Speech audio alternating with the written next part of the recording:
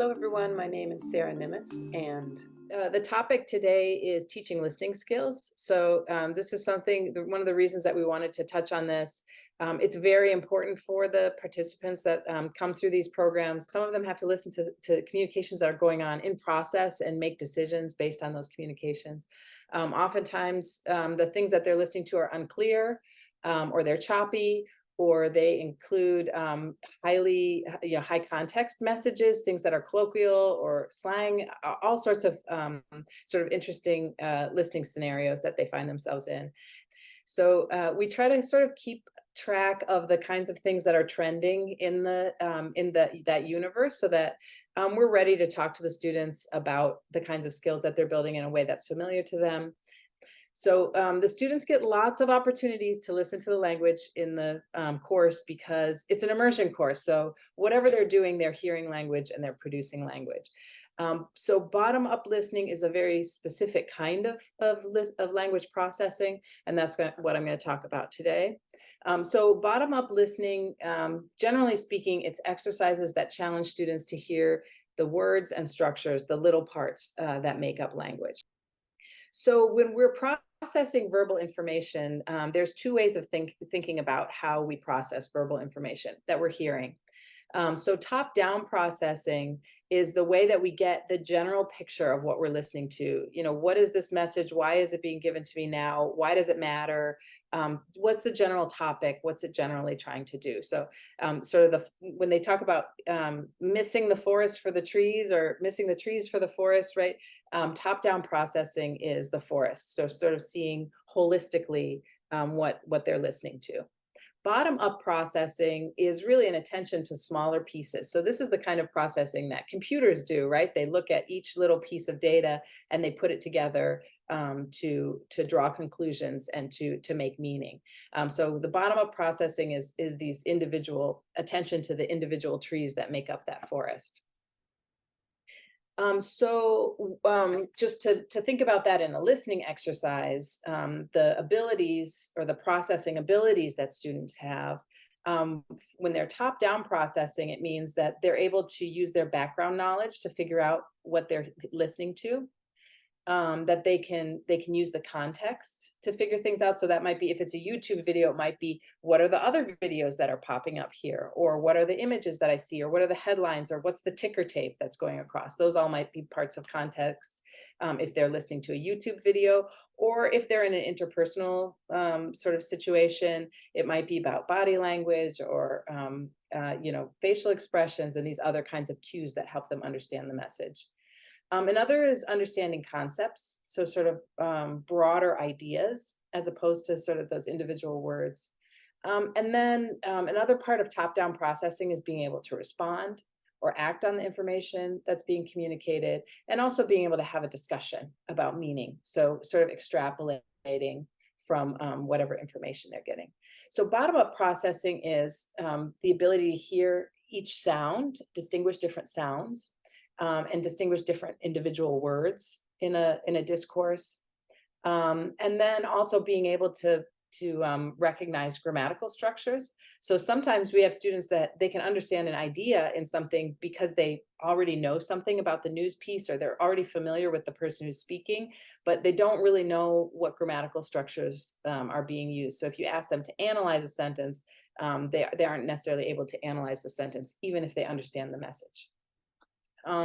Another piece is just being able to analyze smaller units. So whether it's sounds, words, and structures, and then build meaning from those individual units. So are there any questions about this kind of dichotomy that I'm putting out here at this point? Is that sort of clear? If you have any questions at any time, please feel free to unmute and ask any questions, or if you have comments, please feel free to interrupt at any time.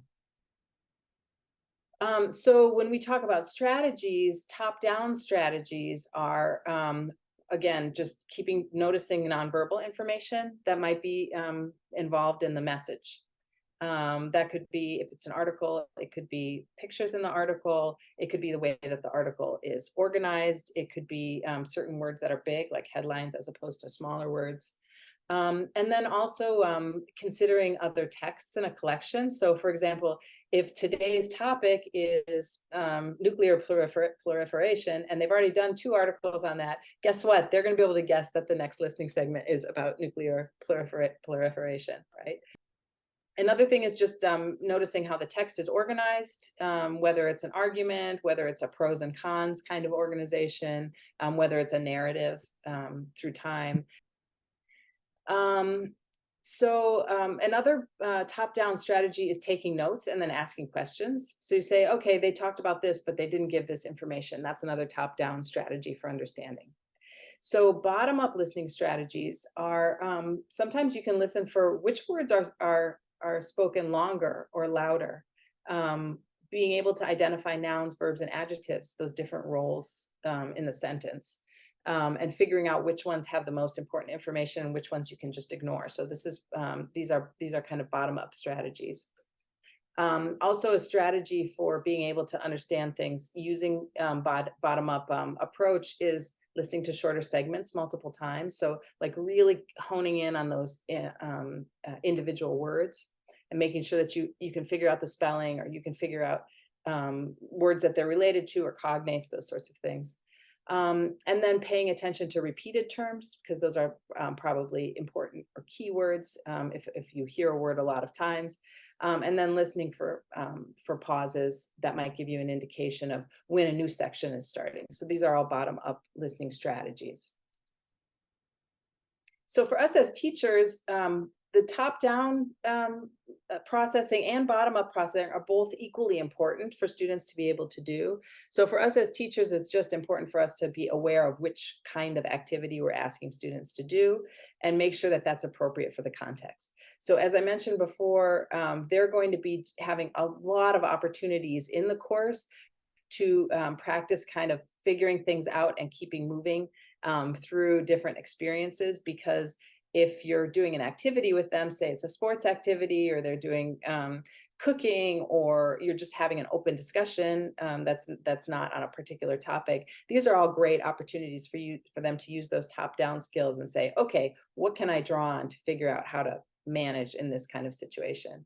But we also want to make sure in those morning sessions, when you just have a few students, this is the time when you do want to really practice those bottom-up exercises. So what you might do as bottom-up exercises in your class is having them fill in the blanks. So this is a really old-fashioned kind of exercise, but it is a great exercise for getting them to really focus and hear where the words start and end, and make sure that they're really hearing the word that they think they're hearing, and that they're hearing the conjugation of it, or the case or mood that's accurate to that verb or noun. Another is writing from dictation. Again, it's a very old-fashioned kind of exercise, but it does force them to be much more precise and to be attentive to those details.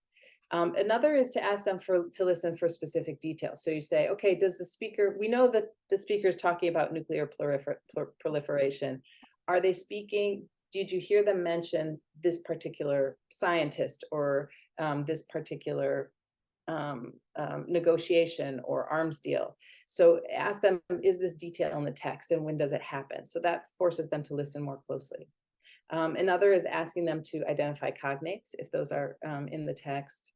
And then also identifying keywords. So you can do this by saying, I want you to listen for the word that means, for example, atomic. I want you to hear that word and tell me when it happens and what is that word.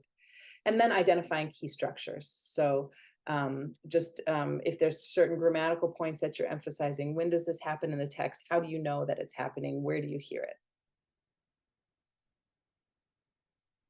So what this means for you as you're planning your classes is a few things. So before the class starts, and this is something that we do in all of our LTC programs, we definitely want to give them some preparation so that they can succeed in these kinds of tasks. So we offer them, and the team, I think the team will be developing these materials all together, but it's just something to bear in mind that they should have an authentic pre-reading. So that means it's something that, authentic means that it's something that was written for people who use Russian in their real lives, right? As opposed to something that's created for students.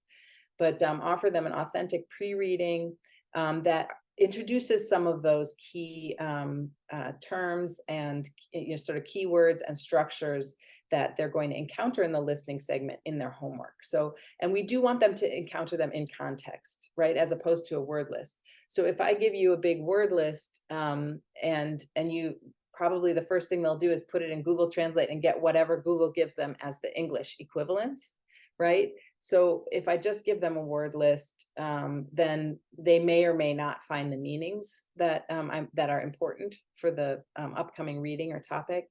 And they might find meanings that are completely, completely inappropriate for whatever that reading is.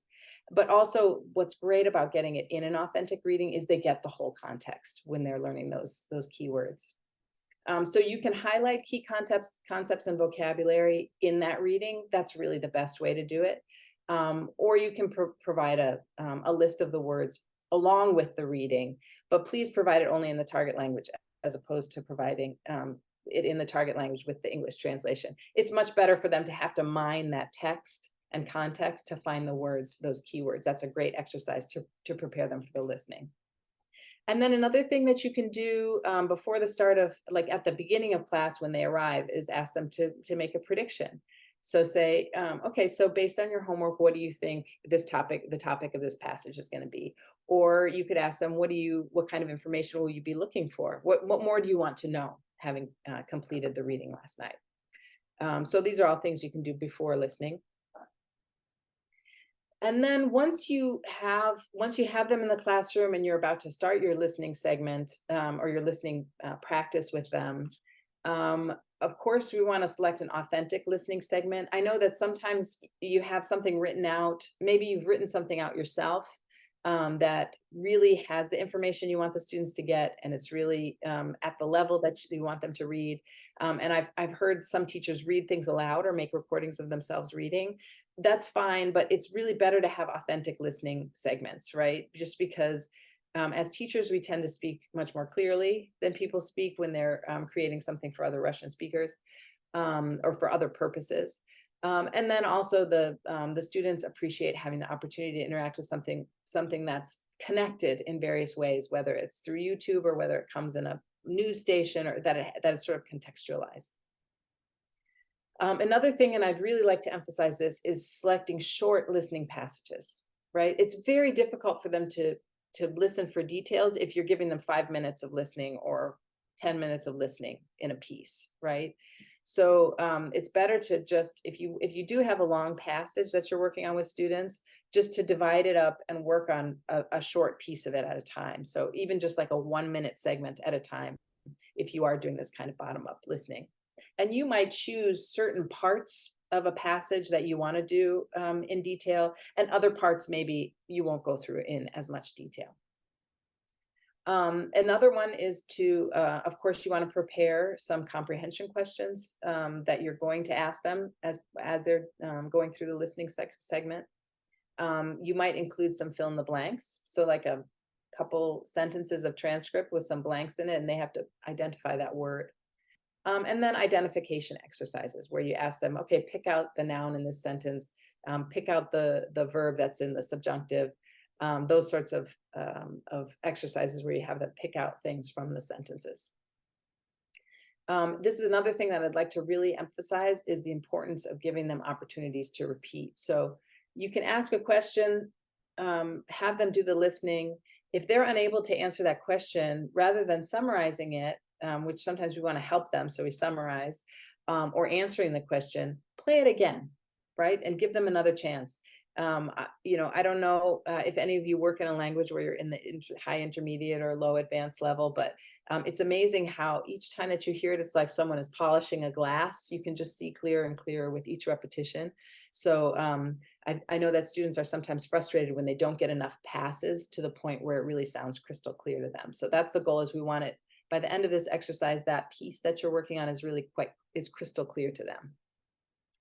And one way you can do that is to use digital tools to play the segments at a slower than natural rate. So there's ways that you can adjust the speed on YouTube, for example, so that without bringing the pitch down and up, you can just hear it much more slowly. And a nice thing to do is play it at normal speed. If they can't catch it at a normal speed, slow it down and then slowly with multiple repetitions, speed it up to the natural speed. And then it's like magic. At the end of that, they're like, oh, now I can really hear every movement of speech that's happening, every word and every grammatical piece. So as I mentioned before, this does sound like a kind of old-fashioned way of teaching language, and we do pride ourselves on being student-centered. So I think it is possible to do these kinds of detail exercises and still keep your classroom student-centered. So here are some pieces of advice I have. One is just to let participants figure things out together, as opposed to, so instead of I'm asking the student and saying, yes, you're correct or you're wrong, and then I ask the students, yes, you're correct or no, you're wrong. Instead, I can do things like invite somebody to write the word or whatever I'm asking them to identify or fill in on the board so that everyone can see it. So just say, okay, is somebody willing to, do you feel like maybe you got the answer, you'd like to write it on the board? And then, or you can have them read the full sentence aloud. So that's another way. Read back what you just heard, right? This part. Or if you have a comprehension question, something like, does the author mention X? Then you could say, can somebody write down the full sentence where that detail is mentioned and then read it back to us? And then after that, you have the opportunity then to invite the rest of the group. And again, it's just gonna be 2 or 3 people at a time, but did anyone hear it differently? So just giving them an opportunity to critique each other's work rather than me as a teacher saying you're correct or you're wrong. So you say, oh, if you heard it differently, why don't you write what you heard? Or why don't you say what you heard? And then we'll go back and listen one more time to that passage, right? And let's hear which of these two is correct. Let's read them both off the board, or let's try to remember the 2 things that we heard, which is correct. So then you put the students in conversation with each other and with the passage. Another thing you can do is put them together in a partner. You might just have 2 students in the class, but you say, okay, let's play this. You 2 work together, see if you can figure out what you heard. And then let's play it again. And you can look at what you wrote down and see if you can correct yourself. Let them have a conversation about what they've heard. So all of those kinds of, the more that you take yourself out of it and allow them to be solving the problem together, the more that information is really going to stick, and that they're going to, again, eventually hear that passage with clarity, and really be able to hear all of the words and movements in that passage.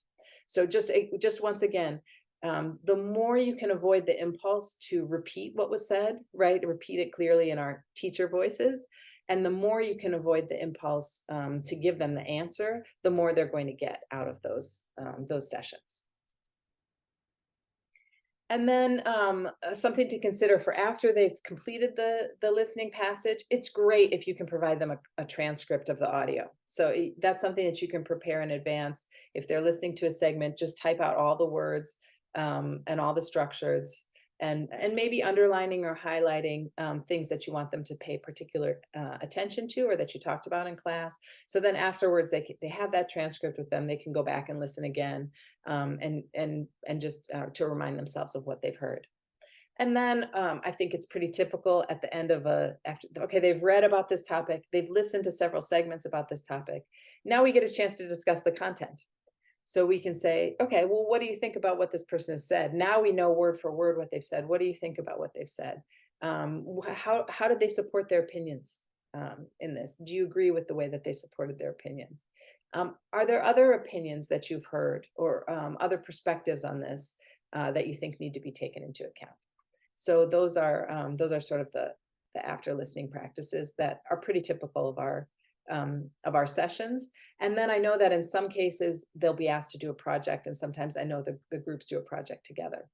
So so that's sort of my quick and dirty bottom-up listening presentation. I don't know if anybody has any questions, or I know there's so many teachers in this room with so much experience teaching with different kinds of students. So if you have anything to add to that at this point, please feel free to chime in. Anybody want Yeah, to? Yeah, I have a question, Sarah. Thank you for introducing the new terms like top down and bottom up exercises. And I was wondering if there is a good recommended ratio for these type of exercises. Like, is it 80 to 20 or 90 to 10 or Oh, 70 to 30? that's a great question. And I don't think I really have an answer to that, but I can look into that and From see your if experience, probably. I mean, to me, what I found is that students have a limited amount of that detail work that they can do. Like when they're fresh in the morning, they can do it, but eventually their head starts to spin a little bit, and then it's nice to back off. We usually do 50-minute sessions. I think 50 minutes of bottom up, these kind of fill in the blanks or analysis is a lot for most students. So maybe you do 30 minutes and then you have a little discussion about it, and then you introduce another segment. I think it also really depends on the level of your students and how well they're able to manage the particular text you have. Because there are some texts that some students catch it very quickly because just because of their language level. I'm sure you've had this experience because you rotate through the different groups.